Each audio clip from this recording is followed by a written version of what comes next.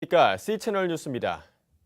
2012년 북한의 농업 생산량이 증가하고 취약계층의 수는 줄어들었다는 최근 발표가 있었는데요. 하지만 만성적 식량난을 해결하기에는 턱없이 부족한 데다 절대 취약계층의 어려움은 더 가중되고 있는 것으로 분석됐습니다. 이인찬 기자의 보도입니다.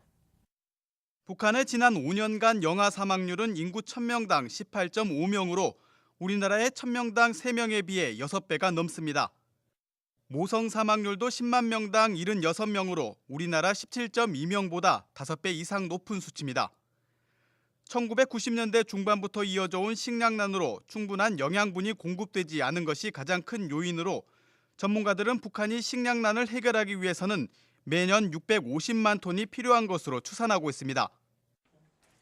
2012년 11월 WFP 세계 식량계획과 FAO UN 농업식량기구가 조사한 바에 따르면 북한의 지난해 곡물 생산량은 492만 톤으로 전체 소요량 542만 톤에 약 50만 톤이 부족했습니다.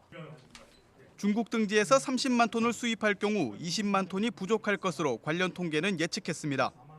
전년에 비해서 10% 가까이 향상된 것이고 전년 그러니까 2011년에도 2010년에 비해서 상당히 많이 향상이 됐었어요. 그래서 국내 공급 상황은 많이 좋아졌지만 아직 턱없이 부족한 실정이죠.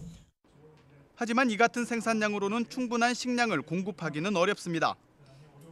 북한 당국은 2012년 1인당 연간 배급 목표인 213kg의 절반 수준인 70에서 136kg만을 주민들에게 공급했습니다.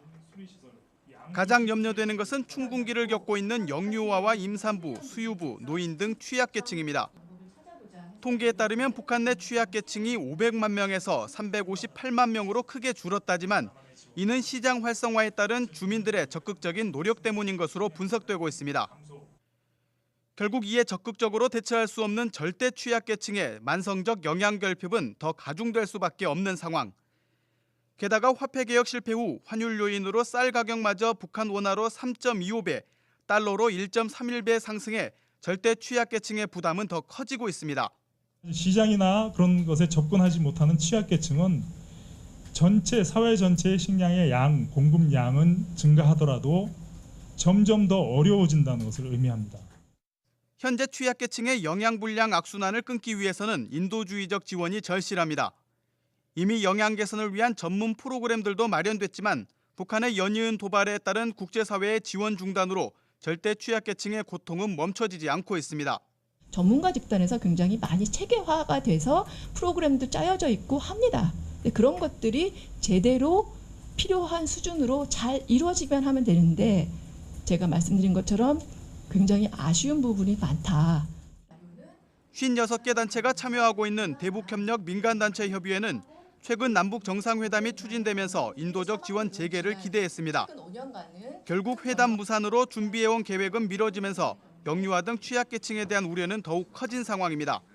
특별히 영유아에 대한 그런 관심이 우리 대북인도적 지원단체의 최우선적인 관심이며 과제입니다. 북한 내 취약계층이 358만 명으로 대폭 감소했다지만 여전히 전체 인구 2,500만 명의 10%가 넘는 사람들이 극심한 식량난을 겪고 있습니다. 굶주림의 고통 속에 아무것도 할 수 없는 영유아와 임산부, 노인들의 고통을 생각한다면 인도적 지원만이라도 속히 재개돼야 할 것으로 보입니다. C채널 뉴스 이인창입니다.